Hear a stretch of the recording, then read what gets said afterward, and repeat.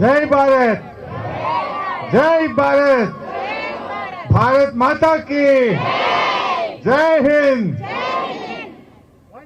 Good morning to everyone. ముందుగా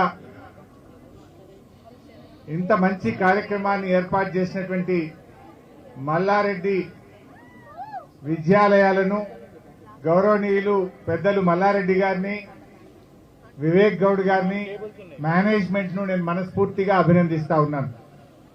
operation Sindoor కు మద్దతుగా తమ ప్రాణాలు లెక్క చేయకుండా పోరాడుతున్నటువంటి భారతదేశ సైనికులకు సంఘీభావాన్ని తెలియజేస్తూ ఈ కార్యక్రమాన్ని చేపట్టడం నిజంగా అభినందనీయం.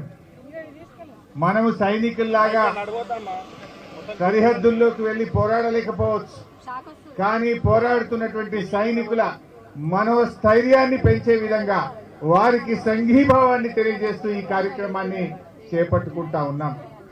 దేశం మొత్తం కూడా ఇలా 140 కోట్ల మంది ప్రజలు భారతదేశ సైనికుల్ని చూసి, మన మిలిటరీని చూసి గర్వపడతా ఉన్నారు.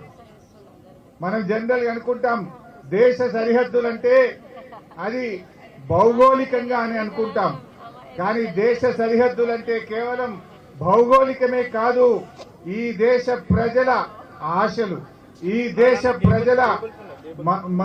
దేశ ప్రజలందరికీ కూడా భద్రత కల్పించడం. ఎందుకంటే ఈరోజు సైనికులు దేశ సరిహద్దుల్లో పోరాడుతున్నారంటే వాళ్ళు కేవలం భౌగోళికంగా మన భూమిని కాపాడమే కాదు, భారతదేశ వారసత్వాన్ని కాపాడుతున్నారు, భారత సంస్కృతిని కాపాడుతున్నారు, భారతదేశ భవిష్యత్తును నిలబెట్టడం కోసం తమ ప్రాణాలు లెక్క చేయకుండా ఈరోజు సైనికులు పోరాటం చేస్తా ఉన్నారు. ఇలా సైనికులకు మనందరం కూడా సంఘీభావం తెలియజేయాల్సిన బాధ్యత ఈ దేశ ప్రజలందరి మీద కూడా ఉంది. ముఖ్యంగా పాకిస్తాన్ మరి మన దేశం నుంచి విడిపోయినప్పటి నుంచి కూడా మన దేశాన్ని ఇబ్బంది పెట్టాలని ఉగ్రవాదులను పెంచి పోషిస్తూ అనేక సందర్భాల్లో మన దేశాన్ని రకరకాలుగా ఇబ్బందులు పెట్టే ప్రయత్నం చేసింది.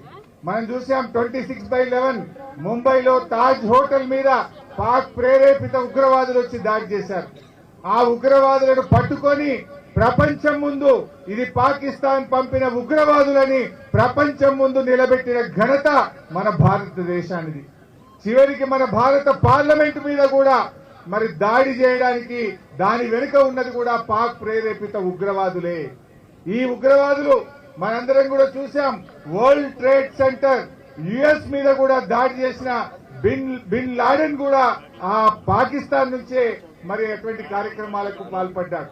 అంటే ఇలా ప్రపంచంలో అస్థిరత సృష్టించడానికైనా, భారతదేశంలో అస్థిరత సృష్టించడానికైనా పాక్ ప్రేరేపిత ఉగ్రవాదులే.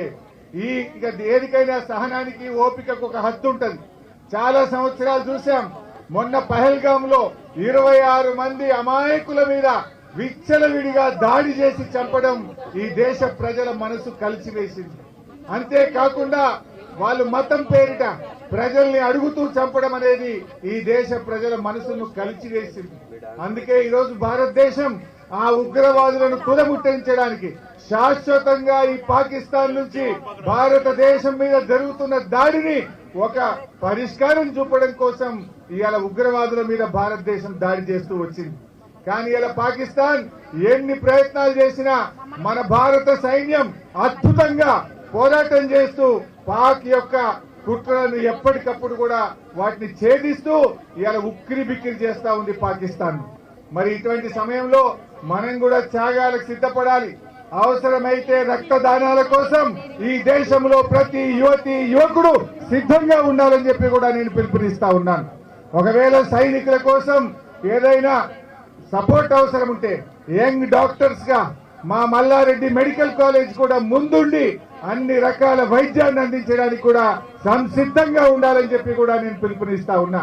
మరి మనందరం, నేను గాని మల్లారెడ్డి గాని మా వివేక్ గౌడ్ గారు మొట్టమొదటి రక్తదానంలో ఉండి ముందుండి అవసరమైన రక్తాన్ని కూడా ఈ సైనికుల కోసం ఇవ్వడానికి మేము సిద్ధంగా ఉన్నాం. మీరు సిద్ధంగా ఉన్నారా అని అడుగుతా ఉన్నా. Are you ready? All of you.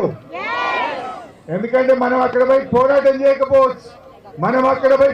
చేయకపోవచ్చు, కానీ ఆ సైనికులకు అవసరమైనటువంటి రక్తదానాన్ని గాని, ఆ సైనికులకు అవసరమైన వైద్యాన్ని గాని, ఆ సైనిక కుటుంబాలను కంటికి రెప్పలాగా కాపాడుకునే బాధ్యత ఈ దేశ ప్రజలది అని చెప్పి మనం చేస్తా ఉన్నా.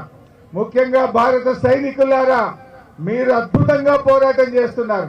మీ వెనుక 140 కోట్ల మంది ప్రజలున్నారు. ధైర్యంగా ముందుకు పోండి. మీ ధైర్యమే మాకు శక్తి, మీ నిబద్ధతనే మా అందరికీ గర్వకారణం, మీ యొక్క పోరాటం మా అందరికీ స్ఫూర్తి అని చెప్పి మనవి చేస్తూ జై భారత్.